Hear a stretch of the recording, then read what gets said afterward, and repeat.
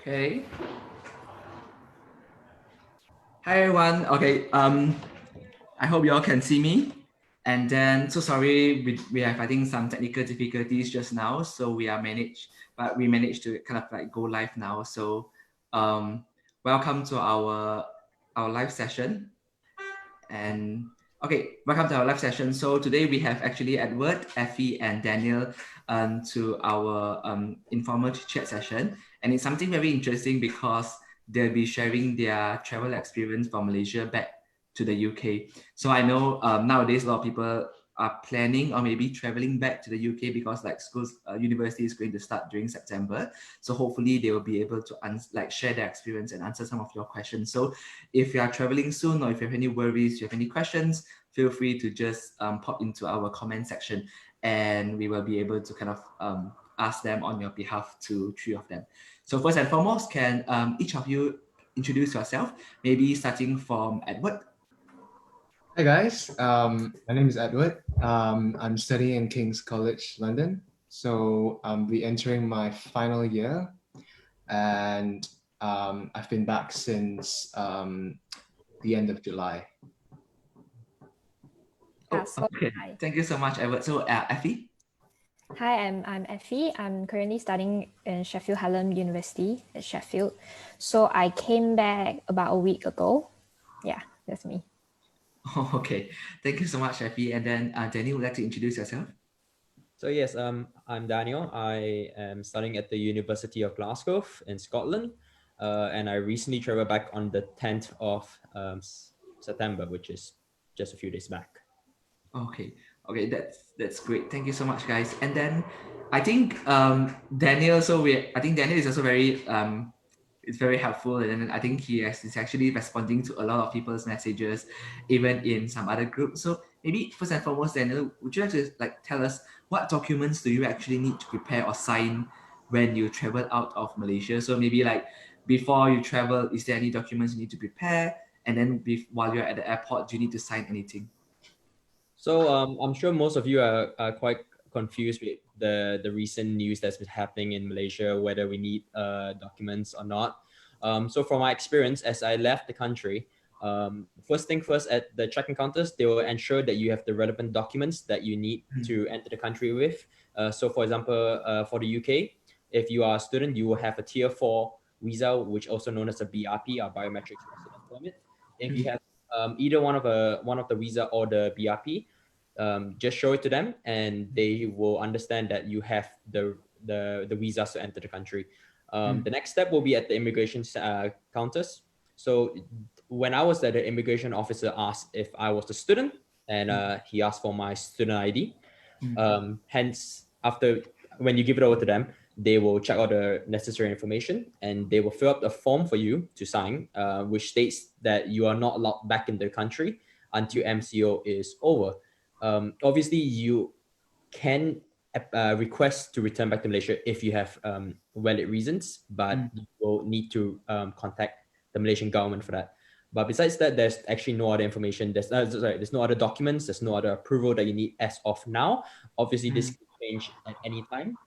So just keep your ears out for any updates back in Malaysia. I think there's like an update being held right now. I think there's a news update going on, so I just need to check on that later. So yeah. but yeah, I think it's quite it's nice to know, especially for a lot of people who are very worried for the past few days, asking whether if they need any like explicit approval before they leave the country. So hopefully your process will be helpful to people. But as what they mentioned, this is like all the recent policies are quite fluid, so just make sure you keep updated to the latest policies.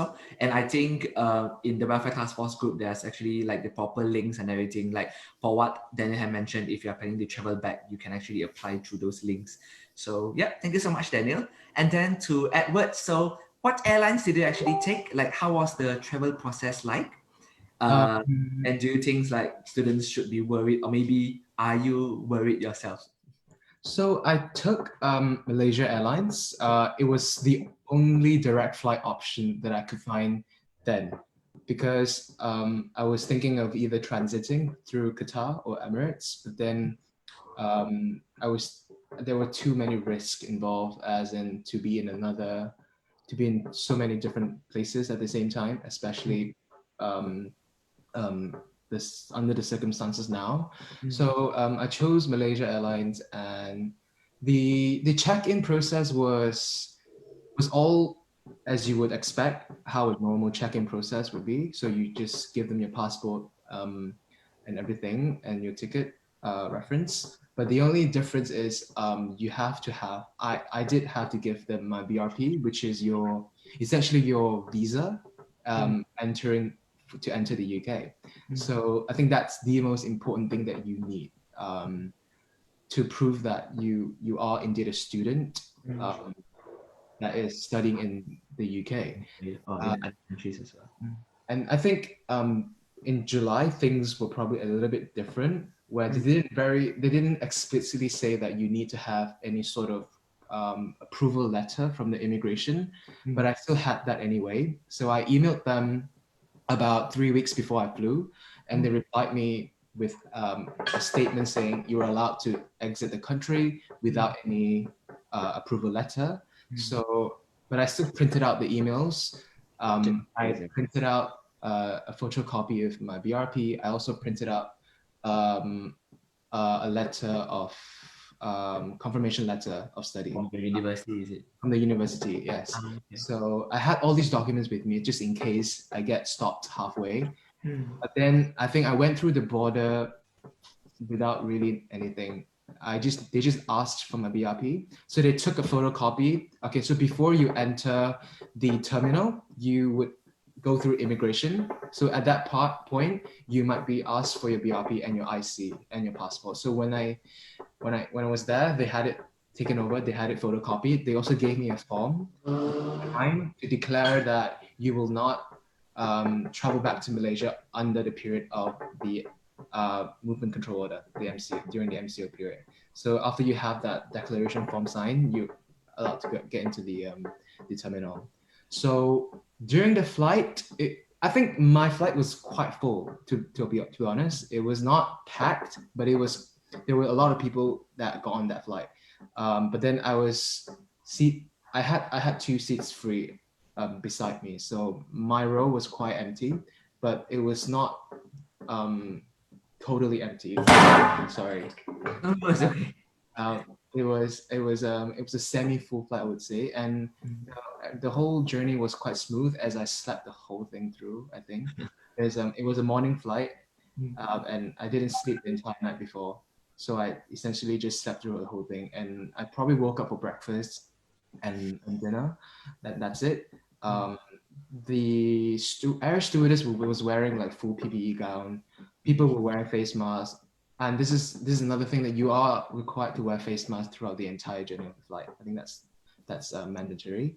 And then they did give us some sanitary kit. There's alcohol wipes. There's a face mask. There's also sanitizers. So the whole journey was quite smooth, I would say. It's like any other flight. Just there's a few more safety precautions that they have added into the whole thing. And then upon arrival, I think I arrived London about 4 o'clock in the evening. 4 or 5 p.m. There was no hiccup. I think there was just a very long queue to get through the border as usual. And then upon leaving the airport, when I was at the border, the immigration officer just asked for my BRP and my passport. That's it.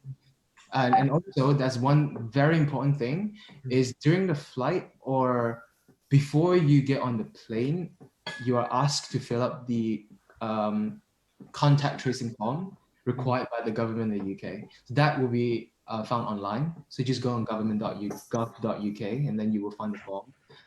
Or when you arrive at the border, they will ask you to fill it on your phone before you leave the immigration border in London. So that's it. Thank you so much, Edward. And Edward, like I know, because I know a lot of people may be flying, especially like using the Malaysian airlines, not only just the UK but to other countries. And I think you mentioned it's not a lot of people, but it's quite full. And do you generally feel like safe even though like it's not a very empty airplane? Like generally, like I know you mentioned there's a lot of PPEs and everything. So do you think is there anything that made you worry, or it's actually perfectly safe, do you think? I think I can only speak for myself. Yeah. I really feel like the Malaysian airport and the Malaysian airline has done a very good job in terms of making the whole journey COVID secure. In the airport in KLIA, I think people were really respecting the social distancing rules. A lot of routine checkups like hand sanitizing, temperature check, multiple times throughout baggage drop, baggage entry, boarding pass scanning, all of that, check-in process. Yeah. And in the airplane itself, I think I genuinely felt safe because although it was a semi-full flight, but there were empty seats behind, in front, and the sides of the plane. So people was not like packed and like sardine. it wasn't packed. But there are people around. It's just it wasn't packed. It was you can see there's a lot of people, but it's not packed. Does that make sense? Yes, Yeah. yes. There was a handful of passengers, but we are all safely distanced. Okay. Thank you so much, Edward. And I think following from there for Effie, I think it'll be quite similar, especially I think you recently just flew last few days, is it? So can you tell us like your experience as well, like very briefly, like your whole travel journey, and also what is your experience? So Daniel mentioned that, not Daniel, sorry, Edward mentioned that he felt quite safe. So is it only this is something unique to Edward, or do you actually feel quite similar while flying? Well, for me, right, I took the bigger risk because Edward did mention that because of like other flights have like higher risk, so he took Malaysian Airlines. So I took a bit of a risk and flew with Qatar Airways. So I flew from Penang to KL to Doha, and Doha to London Heathrow. So from the Malaysian side, it's very safe because airport was quite empty, so everyone was perfectly distanced. The problem got a bit worrying when we reached Doha because the airport was quite busy. The airport was quite busy in Doha. Sorry. It was the same issue when I arrived London. It was very packed. Yeah, it's packed. So Doha was like packed and everything went on like usual. Like all shops are open. It's just like Doha, normal Doha, how you see Doha like normally when you fly. But then they try to put like indicators on the floor to make sure when you queue you are social distance, and there are airport staffs as well to like ask everyone to like social distance. But you know, at some points or some places, for example, the shuttle bus and everything, social distancing can get a bit tricky there. So you must be careful not to, have your face mask on and also a face shield. Yeah, so talking about the face shield, so Qatar made it compulsory for everyone to wear a face shield before we board the plane. So when we go into the gate, they will give out the face shield and then ask us to wear it before we depart, and they suggest us to keep on wearing it until we reach our final destination. So I was talking about like the airport and the shuttle bus being a bit busy, so I suggest like people wear their face mask and face shield on, and then try not to touch other stuff and then touch your own face, something like that. Yeah, just be cautious. Same goes for London Heathrow, like Edward mentioned, it got a bit packed. I couldn't remember if I seen any like temperature screening places, but I think Heathrow had a thing there. Yeah, like, maybe it's just trial or something. It's not really a real temperature screening. Yeah, I saw a sign. Yeah, I did saw a sign, but I didn't really see a proper screening thing there. Maybe it's just me who missed it. I'm not sure. Maybe Daniel noticed. I don't know. But also, there's no social distancing in Heathrow border, so not really. Yeah, you have to be quite careful because I remember I was lining up to get through the border. People were like they were standing this close to me in the front of the flight. Yeah. So that's something good.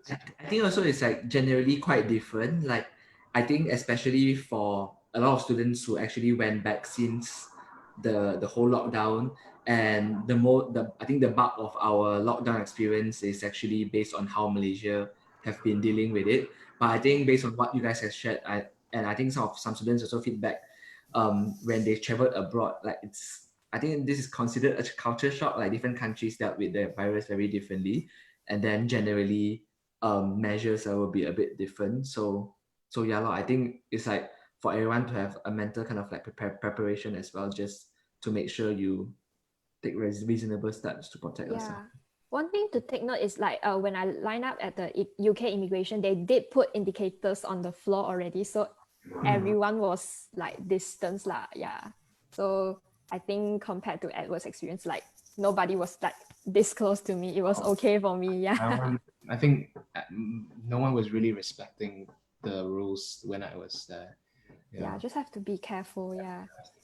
I think also like maybe the peak season is going to start since students are coming back. So maybe we just need to make sure to take care of ourselves. Like I think London is that busy. So Effie, before we continue, I just want to ask like Daniel, I know you're actually studying in Glasgow, so you actually need to travel and maybe an extra flight to Scotland. Is things similar, or is it more lax, or is it more strict over there? Like what's your travel experience? So when I was transiting in Heathrow, I had to have I think about 4 hours layover over there, which wasn't the worst, considering the fact that the last time I was in Heathrow, I laid over for about 18 hours. But I could see the queue for the actual arrival into the UK's border, which is where I think Effie and Edward have gone through, the actual Heathrow's immigration. But for transit passengers, you have to just follow the purple signs with the word connecting flights on it, and you actually have a completely different immigration counters. When I went there, when I arrived at the immigration, there were only 2 staff and about 10 people going through that the immigration, which allowed for a lot more social distancing, and a lot of us were actually quite sparsed out, which was a good thing compared to what I saw in the actual queue, which was quite scary. So I think that if you are transiting through Heathrow, I think you probably will feel a bit more relaxed in the actual transit immigration. Whilst at the connecting security, that's where it got a bit more packed up, because there's a few other counters that are coming in. So there's only 3 lines for security, and that's where everybody was just starting to cramp up because they're trying to rush through the security border. But one thing I noticed that's different from Malaysia is in Malaysia, our security, there's no plastic sheets or like anything to separate you from the officers. But in Heathrow, they actually had like a lot of plastic shields in front of us, so you're actually quite separated from each other. So despite you not being as exactly 1 meter apart from each other, you are actually like blocked off from the next person, which isn't too bad. Inside Heathrow's terminal, I departed from Terminal 5, and most of the time, if you're flying from British Airways, you will be departing from Terminal 5. Each seat have between each other seat, you have a place saying social distancing, do not sit.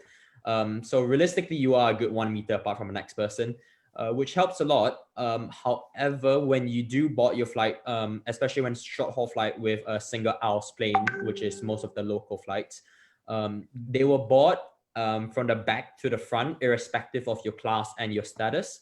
That is to try and promote social distancing. So they push everyone from the back so that you don't have to cross another person as you board the flight, which is useful. However, British Airways are not practicing what Qatar has done or what Malaysian Airlines does, where there is a missing seat. There's a seat that's left in blank. So for my flight, it was you have 3 seats on both sides, and those are all full.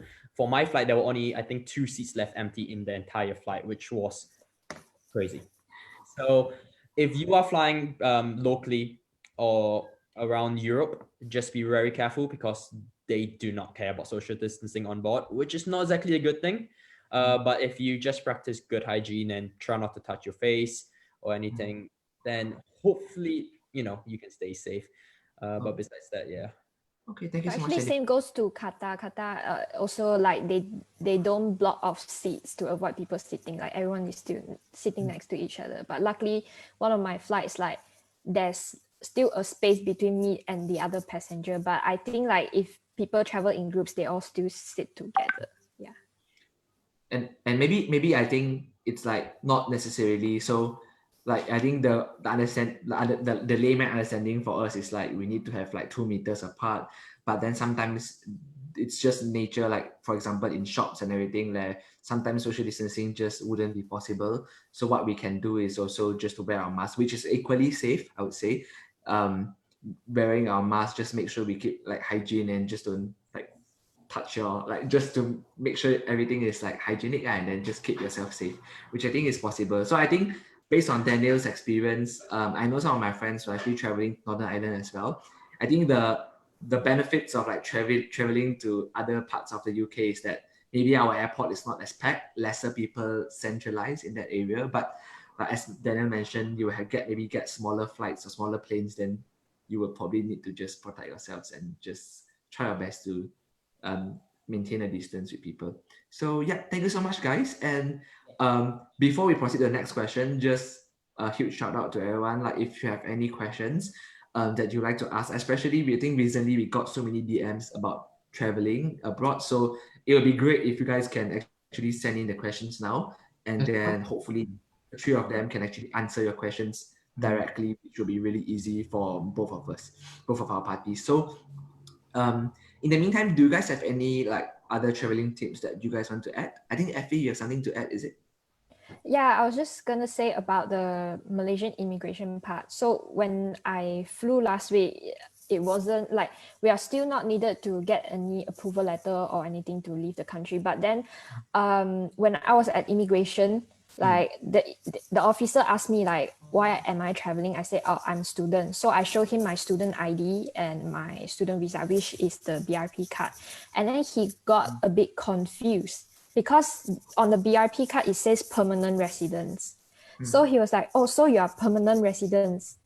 I'm like, no. I have to explain to him like I'm a student and all students in the UK have this BRP card. And then he sort of, okay, so he was a bit confused, and then he went on and asked his colleagues about that and then tried to check this and that before like making sure that I can go pass through immigration without like any approval or application, something like that. So what I suggest is when you go to immigration and you face something like this, first thing, don't panic first.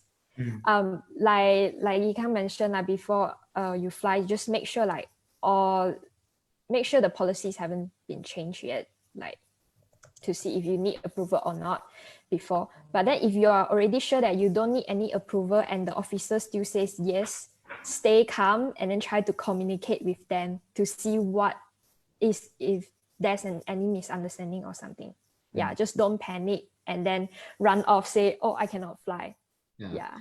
I think that's very important because recently we have feedback like it's just normal that like there's a huge team and different departments working currently from the immigration and also in the airport. So sometimes people may not be like, they may not know your unique circumstances, or they may not know the BRP and everything. So just try our best to explain like what Effie's mentioned. No? Like don't panic. I know, like don't panic and don't get triggered or angry. Everyone is trying their best. So try to contain each other's frustration and just try to explain.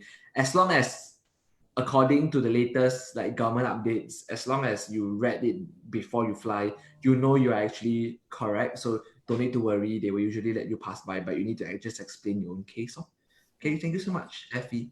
Anyone else like to add anything? Daniel, is it something you want to add? Yeah. So as Effie was mentioning earlier, that her flight was pretty full. Comparing to my flight when I flew out, it wasn't as packed as what Effie had.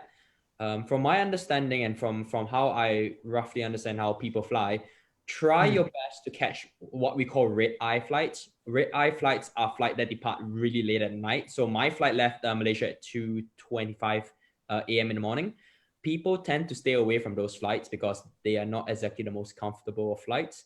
However, I do note that I do notice that people usually stay away, and hence you are you have a better chance of having more space and having empty spaces in the flights. So if you are going to ever fly over to the UK or anywhere around the world, and if you want a better chance of social distancing, catch those red-eye flights. But at the same time, for local flights, do not fly evening flights, because those are usually the most packed, because people finish work will come in, people are just, you know, going down for a day trip and gonna get full.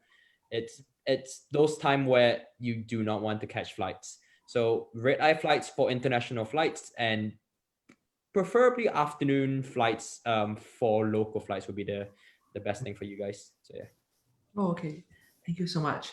I think those are all really useful advice. And then maybe what we can do is after the live session, we will just timestamp all the different questions, and hopefully it'll be easier for everyone to just look through the recording. And maybe even then, Edward, do you have any other like traveling tips? Anything in general, even after you like touchdown in the UK, settling down, like do you have any general advice you like to give students? I think I think this is quite useful, is to consider the fact that when you choose your airlines, you have to consider the fact that some airlines are transiting in countries that are not part of the travel corridor. So the UK has made Malaysia exempt. So when you are on a direct flight, for instance, Malaysia Airlines or British Airways, you will not need to quarantine for 14 days. But if you are taking transiting flights, chances are you are required to quarantine. But then don't worry, because I know that the prices for Malaysia Airlines are very steep now. I think because there is a surge in demand for direct flights. So if you can't, if you're not able to choose Malaysia Airlines, you can still go through quarantine. I don't think it won't be as scary as it is, because generally the UK they're very relaxed about this whole quarantine measures. So generally you are required to just stay at home, get your shopping done online. Virtually anything you can get it online, so it won't be it won't be scary. And I think it is the government's rule that you are not to take any public transport. If you are not part of the travel corridor list, you are required to take a private hire car, a taxi, straight to your accommodation, and just follow the rules, quarantine for 14 days, and then you're good to go. So that's just one thing you want to keep in mind, is to look at the travel exemption list of countries. I think also like students are very worried because they experience the Malaysian version, which is like very strict, like send you from airport, sanitize your bag and everything. But yeah, I think it's also because of a cultural difference in the UK. Generally, the rules are out there, but it's up to you to follow them. So the people will not force it on you, especially face mask. It is a rule that you have to wear it in shops, but then they cannot force it upon you. It is a rule. It is a law, actually. So if you see people who are not wearing face masks, the best thing is just stay away from them. Like I think they don't really recommend us to approach them or something. So I think like what you mentioned, just I think be a very disciplined kind of student or resident over here. We just take good care of ourselves lah. And also, like, I've heard some people saying that you might get like a different look or a very judgy eye if you are seen outside wearing masks. I don't think you get it here anymore. I think generally a lot of people outside are wearing masks, especially in the shops here. So don't be afraid that you might get bullied or get attacked for wearing face mask in London, because I don't know about other parts of the UK, but I think generally London, the people in London are very respectful in that sense. Where I think I actually feel judged when I don't wear a mask in Tesco. Like everyone is. I think if there is a chance that I would always wear a mask, of course, not on the streets all the time because it's very hot. Only in the shops, I think, especially when social distancing is not possible. And that's your best bet. Wear a mask. Yeah. Okay, guys, we have two questions from the comment section. So the first one is, when you sign the declaration form, were you worried that you will not be able to enter your home country again during that period of time? Are you guys afraid? Maybe, yeah. I have no, because I'm on my final year. I don't know what my life is going to look like in 1 year time. So I didn't think that far ahead. I think it's such a hassle to come back already. I think to think about going back is another problem that that doesn't concern me at this moment. Maybe you know, in 2021 things will be different. We never know. So I think when you sign a declaration form, it is understood that once you leave the country, you are mentally not expecting to come back anytime soon. Because when you think about it, there is no point of you coming back home in just 3 months' time for Christmas, then proceeding to quarantine for 14 days in KL, then fly back after Christmas. And it wouldn't make sense in that way, where you are gonna spend only 3 months here and then quarantine and then come back, quarantine, possibly quarantining again. So I personally wouldn't suggest anyone to fly home unless you really have to, because I think once you're in the UK, you are quite possibly very safe. Although I know, like, it's a very So sorry, I'll probably need to stop you for a while. Like, just to disclaim to everyone, like, I think for now you are still allowed to. So we don't want to create any worries. No. So for now, it's basically, so it's not like 100% you cannot return. Basically, you just need to send an email. I think it's in the group, and then if you have a valid reason, you will usually get it. But then it's not a promise, but it's 100%, like, it's not 100% bar as well to back to Malaysia. But then, true. And also because you don't have to really worry, because you are a Malaysian citizen. There's no reason why they wouldn't allow you back to the country. Yeah, true. So, you know, we're all Malaysians here.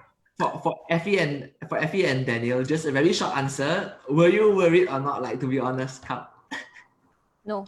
Is it? Okay. Oh, chilling here. Yeah. Not patriotic, Nah, just kidding. No. I made my decision to travel, so I already expect not to come back in a short period of time. Yeah, that's my short answer. Good. How about Daniel? I mean, I'm coming back to study. I don't plan to just, I mean, I have 1 year left here, but I actually plan to continue on after that. So yeah, for me, it's just more than a year in the UK. So it's a long way ahead of us, and hopefully, you know, it clears up. So we'll see how it goes from there. Yeah. So I think generally don't need to worry. Just focus on your travel and what you need to prepare for your university. The last question is, so I think you guys mentioned before, so maybe just a brief one will do. Like, when you take the bus or tube back to your city or accommodation, basically maybe it's a public transport. Is there any social distancing on the bus? So basically, when you're taking public transport, do you feel that it's safe? This is a good question. Maybe Edward, because Effie and Daniel, you guys are not in London, right? You guys are in other parts of the UK. No, I'm in Glasgow, so I maybe you all can share like different areas in the UK. How is it? For London, I would say it is very, very hard to social distance in the public transport, especially peak hours. I would say that try and avoid public transport at all costs. But then, of course, it's not possible in London. So what I do is wear face masks, don't touch anything, try not to sit, because generally no one is really respecting the rules in the tube. It's very highly unlikely that you will get a comfortable, spaced out zone to yourself, unless you travel early in the mornings or late at night. So that's one downside to traveling in London. Yeah, even on buses, I've seen a couple of people not wearing face masks. I've seen a couple of people not wearing face masks on tube as well. So it really depends on your own judgment, whether you want to be in that situation or not, or whether you are confident that you can protect yourself in those situations. Because I understand that public transport is a big thing in London. You can't really go anywhere without it. So I think time your journey, time where you plan your outings properly, so you don't end up going out at peak hours. I think that's your best bet. How about Effie in Sheffield? Is it? So I'm not really sure about how the public transport are in Sheffield because I'm still in quarantine. But I only know that people are required to wear face coverings in public transport. That is what I know. And then when I reached London Heathrow, I took a taxi back to Sheffield. So yeah, it's quite a long way. It's a 3 hours journey, but I still wouldn't want to risk taking the public transport. So I booked a taxi. So from what my taxi driver said, like they take frequent COVID tests as well to make sure that they don't have the virus. So I feel like relatively booking a taxi to travel back to your accommodation is a safer option. Yeah. Okay. Daniel in Scotland. So when I arrived in Scotland, again I took the airport taxi straight back. Everybody's wearing masks. There's a pretty much social distancing as much as you can. So I didn't take the bus or I didn't take a train because as I flew through Qatar as well, I need to be quarantined. So I have not actually boarded the buses or the trains. But from what I heard, there are ample spaces to social distance. I think they have left seats out to try and keep people as far away as possible. So I think for Scotland we're quite well prepared for this as well. I think today we managed to cover quite a huge part of the UK. So basically on the island is the same. I think we have lesser people, like in a sense, like everything is walking distance. A lot like, and maybe in London, usually you probably need a public transport to travel around the city. So for us, basically, you just need to wear a face covering, and it's pretty much quite safe on the bus. Like, of course, it's quite impossible to have like social distancing on the bus. It's like seats are just next to each other and everything, but it's just wearing a face mask and everything, which is quite safe, I would say. So the last question I think someone asked is, do you guys experience any problems in getting a certificate of good conduct from Malaysia? So basically, I think just to disclaim, like we don't need, like if it's because of COVID and traveling part, we don't need a certificate of good conduct. And usually, if you need one from Malaysia, you will need to apply from the relevant embassies or from the relevant departments. But if you need to apply in the UK, basically to go to the embassy, and then you can even contact them or email them. I tried this before, and then they will tell you like when it's ready to be collected. Then you can go to the actual embassy in London to collect it. So I don't think there's a big problem, just that you need to email them and just make sure your timing and everything is okay, since now it's like COVID. Okay, we have one question. Did they check your luggage upon arrival? So I'm sure you have bought your mask as well, and you do know Malaysia do not allow 3-ply masks to be sent abroad. So maybe the short question would be, do they check your luggage upon arrival for masks? Like I don't think so. All right. Do you know anyone kena for mask question? Actually, regarding the 3-ply mask not being allowed out of Malaysia, that's actually you cannot export it out of Malaysia. No rule states that you cannot bring it out for your own personal usage. Exporting is the only issue with 3-ply masks. You cannot send it out through Post Malaysia. You cannot send it out through FedEx or GDEX. You can only bring it as your own personal usage. So in a way, even if you check in masks into your own bags, you will not be stopped. The only reason that you will be stopped if custom finds out that you are bringing in stuff that's not legal or is taxable in the United Kingdom. For us, in this case, if you bring in a crap ton of tobacco or alcohol, those things are taxable in the United Kingdom. If you bring in jewelries, all these things, that's where they will stop you. Mask is not one of the taxable items as of now. So there should not be a problem in terms of bringing in mask. I think for FB, I don't think they check your mask as well, right? They don't really stop you for taking. No. Yeah, I think it's basically they don't really let you do like exporting, and when it comes to like if it's a mess, like if it's just students bringing some masks. Apparently, security was very chill throughout Malaysia and to the UK and even Qatar in Doha as well. Like security was I think they are trying to make people social distance and don't want to create long queues, and then they just let people pass through, which is worrying in some other sense, you know. Don't know if people would bring like dangerous stuff across the border or something, but that's a topic for another day. Okay. So the disclaimer is still safe. Yeah. Maybe it's just for FB. Okay. Yeah, just for me. Yeah, maybe just that day. Okay. So yeah. Okay.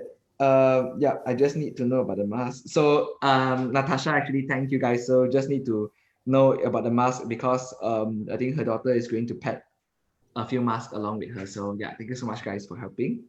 So just a final call if you guys have any questions. If not, we will probably wrap up the session. I think in the meantime, just thank you so much guys for attending, and then hope you guys have a really nice start of your term. Is everything online now, or are you guys having physical classes? I think it's probably online for now. I think labs are in Still physical, like in lab. person. Yeah, I'm on my placement year right now, so I'm mainly working from home. So quite safe for me in a sense. About Daniel? Yeah, most of my classes are online as well. I have one or two that will be actually in class because I am doing engineering, and I do have to go for hands-on labs because of accreditation reasons. But besides that, at least 95% of our classes will be online this round. Okay. Yeah, I think it's just usually nowadays it's just a mix, and then you generally be safe. So don't worry, anyone who is planning to come. So the last question, which I think I'll be able to answer, and you guys can just add on. Do we need a form? Even I will be transiting at London. So I would assume. So basically, if you are entering the UK, you will need to fill out the passenger locator form, regardless if you are transiting at London or if you are going to Glasgow or even Northern Ireland. And then if it's not that one, you probably don't need to fill out any particular form in order to exit the country. But if you are trying to return back to Malaysia from UK, the letter of undertaking and everything will still apply. Yeah, and 𝐂𝐿, just to add on from that, Okay. when I checked in, they did ask to show that you have done the locator form, which is something I've not actually previously heard of, that they actually check during check-in. So you can only start filling up this locator form 48 hours before your planned arrival in United Kingdom. Therefore, it's best that you fill it up, maybe print out a copy if possible, and keep a PDF copy on your phone. When you check in, the check-in counter may or may not ask you to prove that you've done it. And then in the United Kingdom, again, you will have to show it irrespective of whether you're transiting or arriving into your landing point, which most likely will be London or Manchester. Yeah, I experienced that as well at Penang Airport. They asked to see my passenger locator form, but apparently after that, they said it was a mistake. They don't really need to check for my locator form in Malaysia. So when I flew from KLIA to Doha, when I was at the gate, the Qatar staff, they all asked to look at my locator form. So I show them, yeah. Okay. So yeah, just prepare everything and then you don't know when you actually will need all those different forms to show people. Okay. So I think generally we don't have any questions left. So thank you so much guys once again for joining our chit chat session. And to everyone else who are actually flying soon, have a safe flight and have a safe journey to the UK or even to any other countries. This is probably the last session for now.